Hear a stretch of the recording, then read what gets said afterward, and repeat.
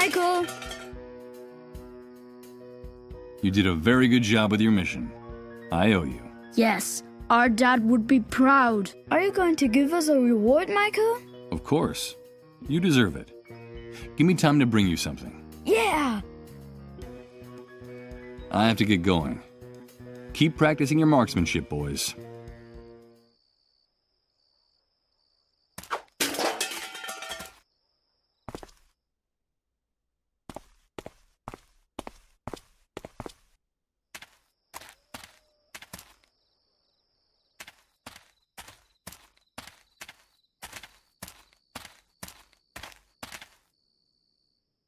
A few yards away, I can see a great mass of trash, mud, and plant matter that accumulated in there in the years since this water outlet was last cleaned. Blah. Even from here, I can smell the stench coming from inside. Impossible. It's beyond my reach. The bars are keeping me from getting there.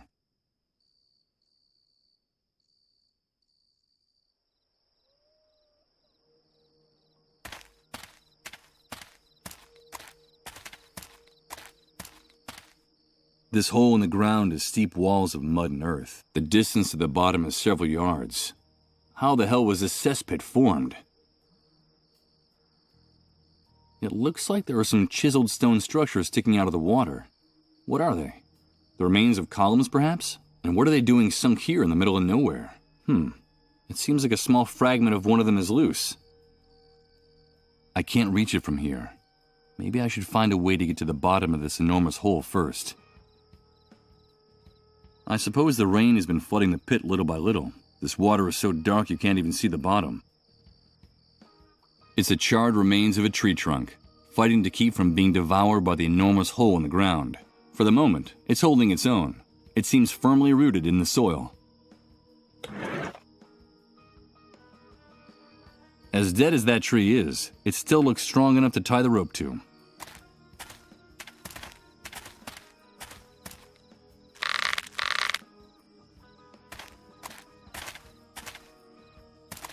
Before I go down, I'll leave the heavy stuff here, in case the rope doesn't support my weight.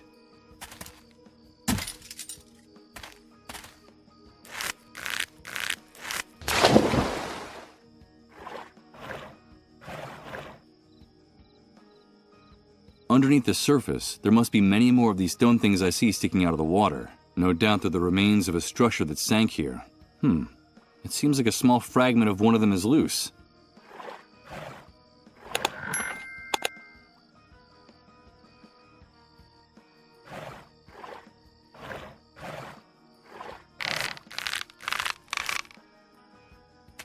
I'll get my stuff.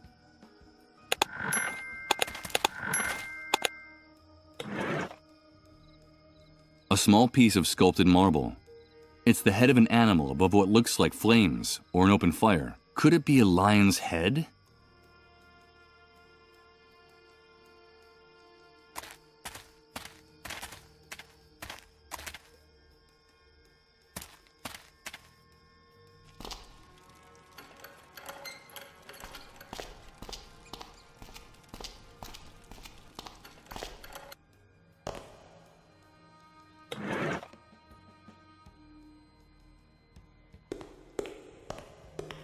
The head of the lion above the flames. I think this must be yours. The head of the lion. The head of the lion above the flames. The ruins of the temple still exist. Salvation is still possible. We can prevent it. We can still prevent it. Don't you understand? The annihilation of time. The wrath of God for our arrogance. There's still time. I have to return to the ruins of the temple. I have to go back to the ruins of the temple. Wait a minute! Whew. There's no question in my mind. This man is a complete lunatic. When Reverend Blake ran out, he dropped this strange, improvised cross. This man seems totally possessed.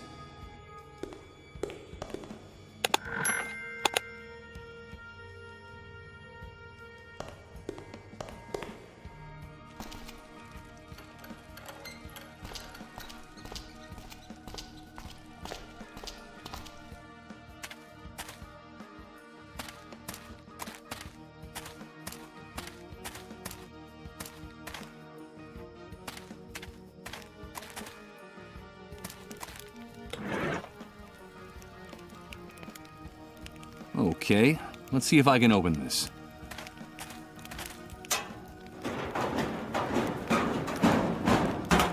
Got it. Blah. It looked better from outside. Rainwater has seeped into the car. Now it's damp and mildewed, and it seems like the seat cover on the driver's side is a little loose. Let's see. I'm sure that if I tug on it a little... Good. The upholstery came off along with one of the elastic bands that was holding it to the seat.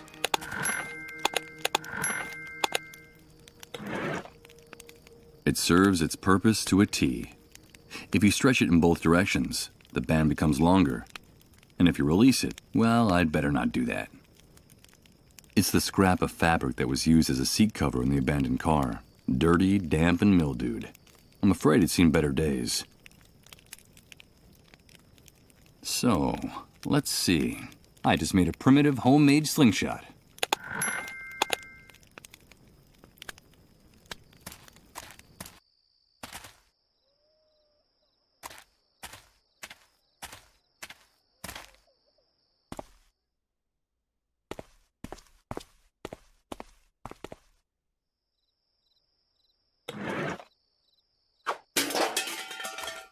Hello, Michael. Hi, kids. We got Mom out of the house.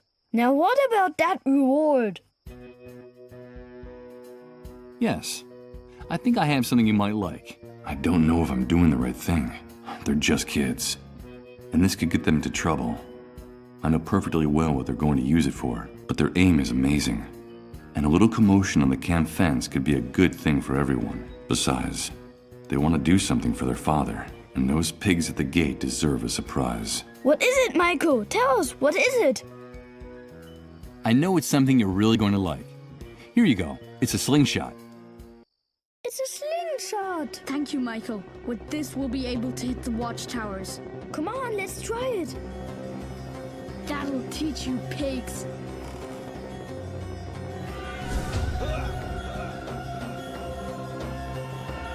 Attention, all units in Sector 12. Report immediately to the North Watchtower. I repeat, report immediately to the North Watchtower. What's going on? I don't know. It must be something serious. Come on, let's go. You hit him. Haha, yes. So what do we do now? I don't know.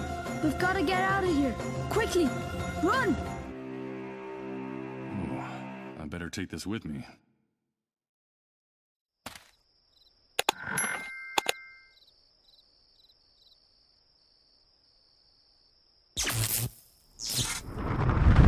Oh no. It's starting again. It's amazing. Everything's changing. Everything.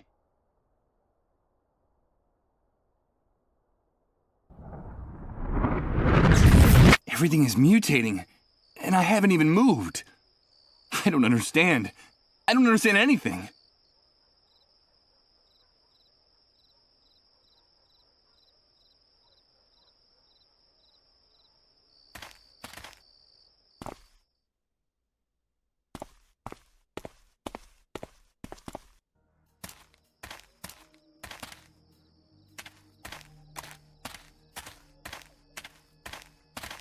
Maybe this leather saddlebag contains tools for motorcycle maintenance.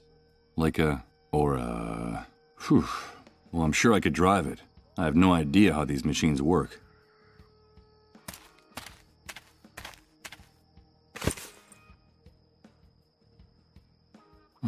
No trace of tools. Inside the saddlebag, there's just a pair of worn motorcycle gloves.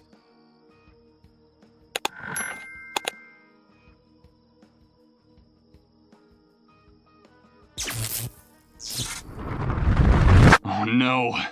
Here comes that sensation again. It's like floating in a dense liquid, while everything around me is transformed.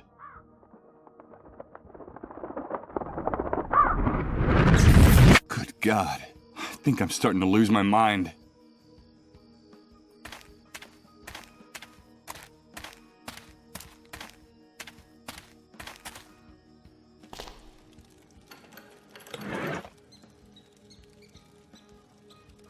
This quilted fabric fits the size of the window perfectly.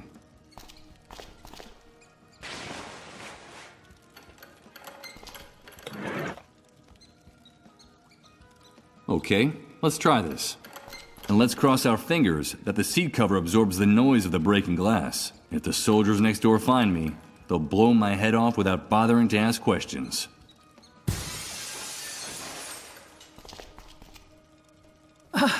You've done it. Thank you, thank you, thank you. I'm safe now. God bless you, stranger. You saved my life. Take care of old man. And I don't have to tell you, don't open the door to strangers.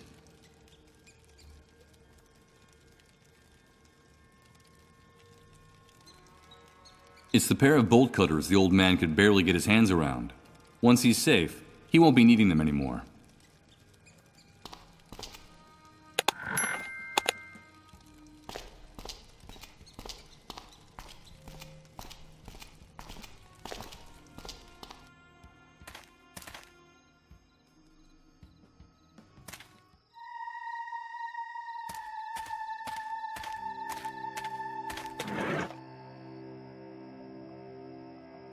Let's see what's on the other side of this hedge.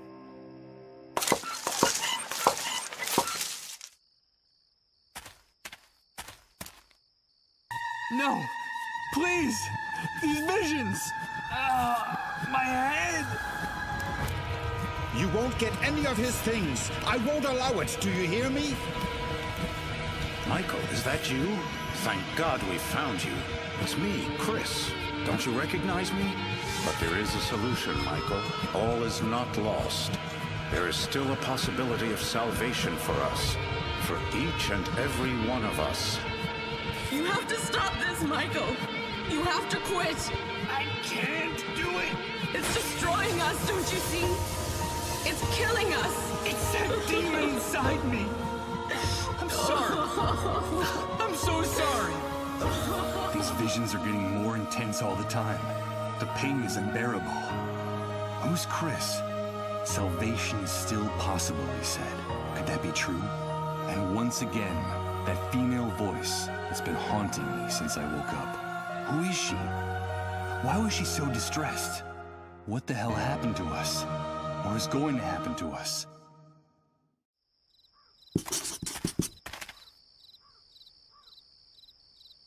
From here, I'll have a magnificent view of the hospital compound. In truth, the part that's visible from the road is only a fraction of it. The vegetation conceals a much larger area. The trees and bushes conceal structures where hundreds and hundreds of metal barrels are being stored. Whatever's inside them, there must be thousands of gallons of it down there.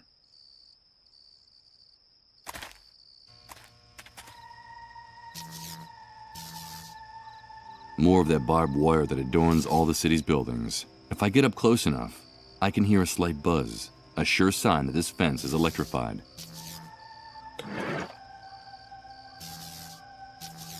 I'll use the gloves as insulation so I can cut the wire.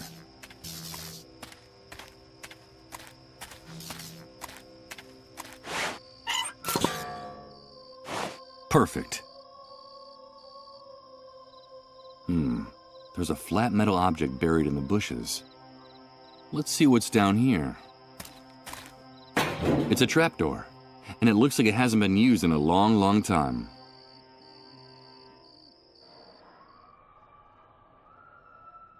This door leads to a dingy back room. What the hell could be in here? I can hear the buzz of electricity coming from inside, but I can't figure out anything more without a little more light.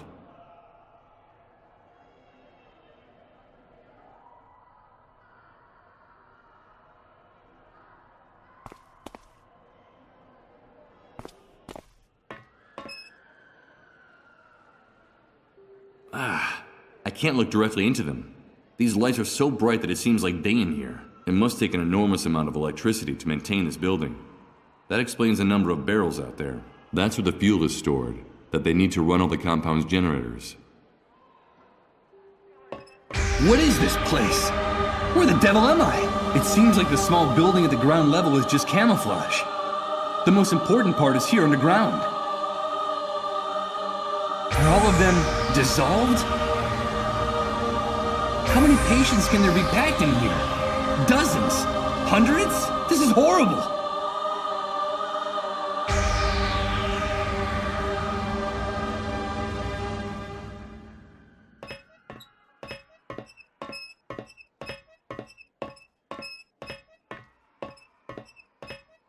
A container covered in dust. It's not properly closed. The label says hydrofluoric acid.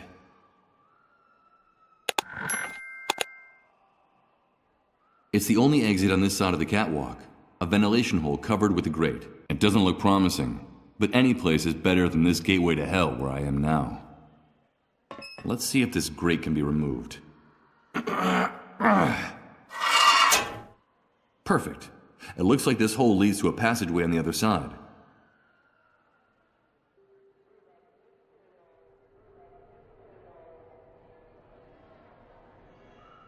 There's a bunch of papers stuck to the door of the closet. There seems to be some type of bureaucratic form among them. Military personnel, GPS, targets, rifles. I'm afraid what's described on these pages doesn't have very much to do with typical medical activities in a hospital.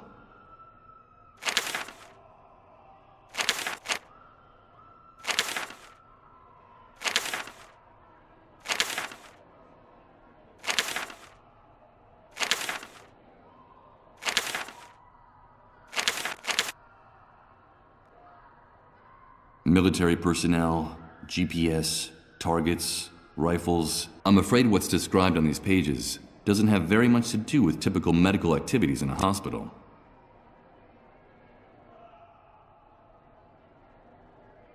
A tiny lock is preventing me from opening the door, and despite its size, it seems to be very strong.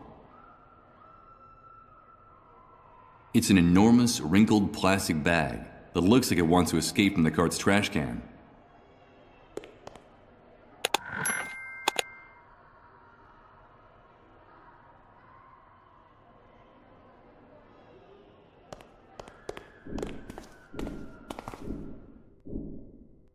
Unlike his neighbors, this door is hanging open. All I see inside are remnants of stickers and torn photographs. It looks like someone left in a hurry, without even saying goodbye. A row of anonymous and ramshackle lockers. I get the impression that everything in here could fall apart at any moment. Maybe in solidarity with those poor unfortunates screaming in the main hall. We must be very deep underground. And the blades are barely turning at half speed. That explains why the air down here is almost unbreathable.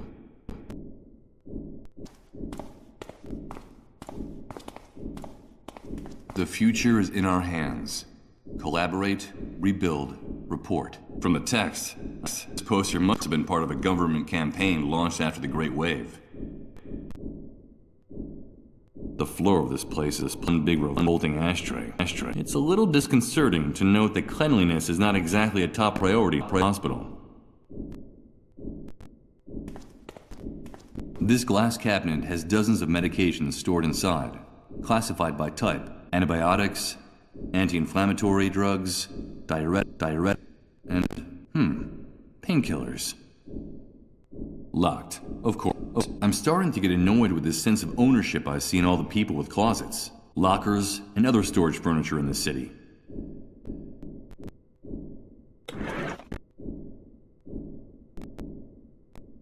I'd use a key to open this case, but I'm a bit short on time.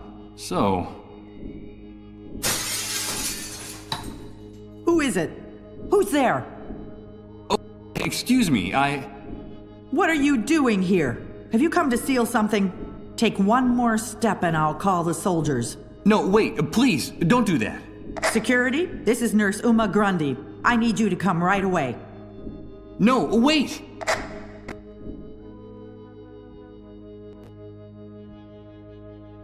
Wait a minute, did you say Uma? Nurse Uma? Yes, that's my name. Wait, please don't turn me in. I know your father. I saved his life just a few hours ago. They were going to deport him to the refugee camp, but I was able to stop it. My God, did you say my father? Tell me, how is he? Has anything happened to him? Don't worry, Uma. He's safe. He told me about you and your work in this place. He was worried. He'll want to know that you're all right. Wait, please don't turn me. Nurse Bundy. It turned out to be a false alarm. You have to come. Thank you. Thank you, Uma. You did the right thing. My name is Michael. But now you should explain why you burst in here like that. What are you looking for, Michael? I came to get medicine. I need a cure for the dissolved. Cure? There's no such thing. You won't find it here or anywhere else. The authorities distributed a memo among the medical staff months ago.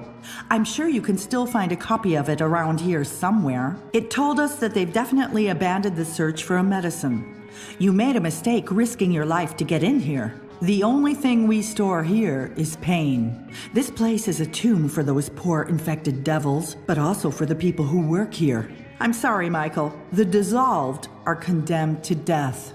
No, that can't be. There has to be a solution. A cure. Oh, man. Poor Rod. Poor Colin. But I heard in the refugee camp, they said a cure is being produced and stored here. Well, if that's not the case, what's the purpose of a building like this? The Army deliberately keeps that rumor about a possible cure alive. You see, as long as people still have some hope left, it is much easier to control the city more effectively. But it's a lie. I understand. This medical center was built just after the Great Wave, taking advantage of some abandoned underground facilities. That was when the authorities were beginning to work on their project to rebuild the city. They told us the building was going to be used to take in the first patients. Of course, we had no idea the disease would become so widespread. I left my job in a clinic downtown to come here. I wanted to lend a hand. They demanded total confidentiality about our work to avoid causing panic in the population. Not even my father knew what we were really doing in here. Yes. He told me that when I asked him about this place. At first, we treated the patients with great care. There was medicine to ease their suffering and even research into a possible cure. Everything was going smoothly. And then what happened? Things started to go wrong. When the number of patients multiplied, we couldn't keep up. And then we began to run out of even the most basic supplies. And that was when the Army took over complete control of the center. Yeah, that sounds familiar. Then they sealed off the building. No one was allowed to leave, not even us. We doctors and nurses have been shut in here for months, isolated without even a glimpse of daylight. They say it's for security reasons. It's for our own safety. Oh yeah. Now our medical care is limited to wrapping up the patients in plastic bags, like the ones they use to transport cadavers, and then simply waiting for them to die, doing what little we can do to ease their suffering. Then we dispose of their remains, dissolving the black bags in acid for decontamination. And that's about it. That's all we can do with the resources we have, and sometimes it's just too much to bear.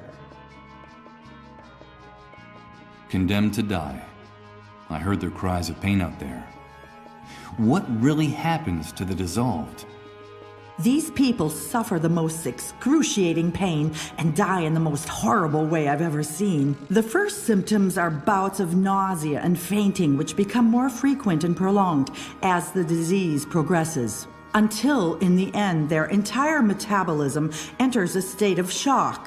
Then their entire cell structure dissolves. It simply disintegrates. There's no medical explanation. It just happens. But there's something even stranger about the disease. What could be stranger than what you just told me? The dissolved become erratic, unpredictable, eccentric. They're uncontrollable. That's why the Army fears them. They're afraid of their unpredictable behavior, but also of their strange messages. So the sole function of this place is to keep them locked away, hidden, and under the Army's control, until death takes them off their hands, one by one. It's also why people who harbor the dissolved are punished. And it's also the reason for the existence of the cleanup brigades. But I thought they were just controlling the patients to keep the disease from spreading. But that's a lie, a blatant lie. The spread of the disease is accelerating. The number of cases is multiplying every day. But it's not contagious. We doctors and nurses have been treating the sick for months, in direct contact with them and their remains. And the rate of contagion among us is no higher than out there. The Army is lying. But then, how is the disease spread? We don't know, Michael. No one knows. What we do know is that it's not caused by direct contact with the victims. There's another reason for the Army's secrecy about the dissolved.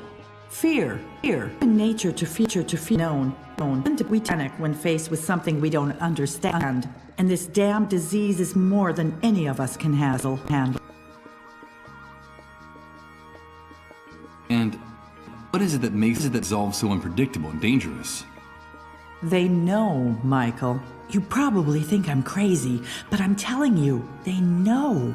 They talk about events no one else knows about. They sense things. They bring back information from the places they go. And they talk to there, Michael. They communicate with the dead. They know. That's all. They're just sick people, Uma. No, they're more than just ordinary sick people. You like that if you had been with living and the jizz and their prof all these months. Wait a minute. Did you just say the dissolved make prophecies? Let me tell you a story. When I first came to the center, I became friendly with a patient, a 13-year-old girl. All the time I was taking care of her, she never stopped studying. She told me all about the underground highways. She said she went there every day. Underground highways? She said they all went there when they lost consciousness. Obviously, I felt great pity for the girl, but in time I also came to feel tremendous fear. I was afraid of that poor, hopeless child. Her visions, dreams, messages terrified me. One night she sat down to another patient, an old who looked surprisingly healthy. According to our calculations, this woman still had a few months to live. The woman had just lost consciousness. "Leave me alone," the girl said to me. "It won't be long now." And she took the woman's hand. And just seconds later, the woman started to dissolve, shrieking and writhing in pain, until there was nothing left of her but a puddle of brown, viscous liquid. The girl turned to me and said, "I knew she was leaving us, and I didn't want her to go alone. That would have been very sad, wouldn't it, Uma?" The girl's face was still dripping with the remains of the patient. She knew what was going to happen, Michael. She saw it. From then on, my fear became uncontrollable. I felt defenseless next to her. I understand. Finally, my panic was so great that I refused to go anywhere near her. And even, God forgive me, I felt secretly relieved when she herself finally dissolved. They know, Michael, and that's why they're so dangerous to the people in power now. The cleanup brigade. I've seen how. I despise them. They're predatory animals, heartless and unscrupulous. The rest of the staff refuses to share the facilities with them, so their lockers are out in the hallway. That's where they keep everything they need for their hunting expeditions. The GPSs, detection tests, their ID badges. Each unit is made up of 2 soldiers, 1 doctor and 1 nurse. I mean, doctors and nurses collaborating with those bloodthirsty animals. But then they say, "What do you want? It's our job, and somebody's got to do it." Yes, that phrase sounds familiar. It's bone-chilling. Police and criminals using exactly the same words to justify their actions. You gotta do what you gotta do. That seems to be the slogan of the executioners of this new world. Talk to my father, Michael. Tell him that I'm all right. Shouldn't worry. That we'll be seeing each other soon. Very soon. A very old piece of furniture. Completely worm-eaten. Its decrepitude stands out even in this light.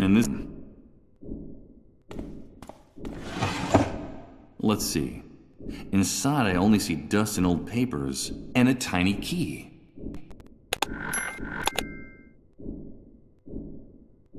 In the middle of all the broken glass, and stored in the compartment for painkillers, there's a vial labeled oral morphine.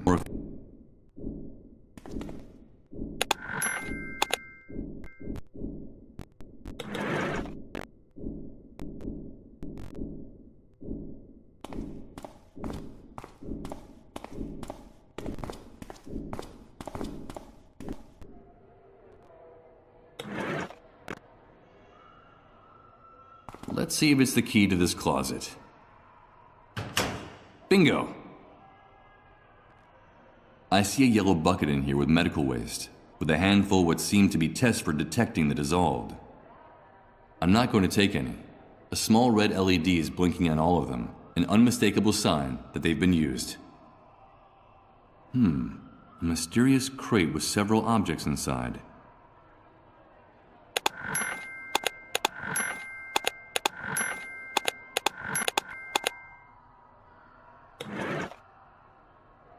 It's an internal army memo for the hospital's medical staff. The report talks about the failure to develop the dissolved, and what's even worse, the decision to finally abandon the search for one. Authorized vehicle pass. It's the ID that allows the cleanup brigades to get in and out of the hospital compound in their mercilesses. From what I can tell, the army can pump you full of lead if you try to come through the gate without one of these.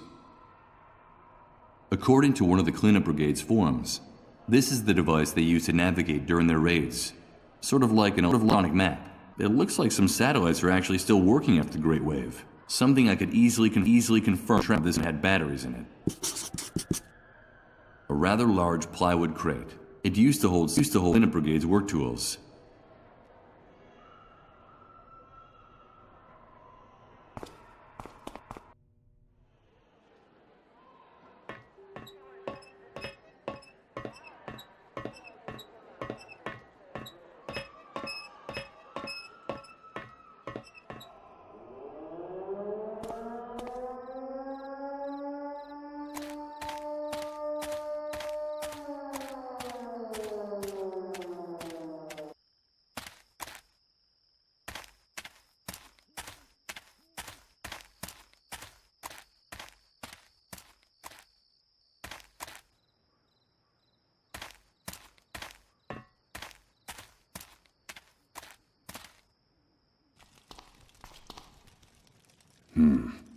The street is even more desolate and silent than it was before. I guess while I was in the subterranean hospital before the dissolved, the soldiers called the curfew.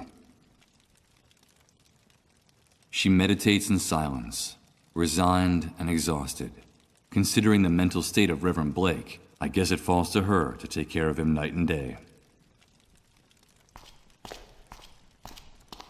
What are you doing out here, ma'am? What's the matter? It's my brother. He's disappeared. We don't know where he is. What do you mean he's disappeared? Well, we haven't seen him since he spoke to you, since he ran out of the church. We've been searching for him for hours and can't find him anywhere. And you don't have any idea where he might have gone? No, he simply ran out of the door, completely out of control. I've never seen him so upset. And we haven't heard anything from him since. I just know that something terrible has happened to him. My brother is very sick and he shouldn't be out there alone and unprotected. I fear the worst. Calm down. There's no reason anything has happened to him. I have a feeling that something awful has happened. I'm sure of it. Besides, the soldiers have already called the curfew. If they find him on the street alone and lost, in his condition, my brother is a very beloved and respected person. But those beasts don't care who he is. I understand. We have to get off the street. Please, if you see my brother, tell him to come home. Tell him we're waiting for him. Of course. I'll do that.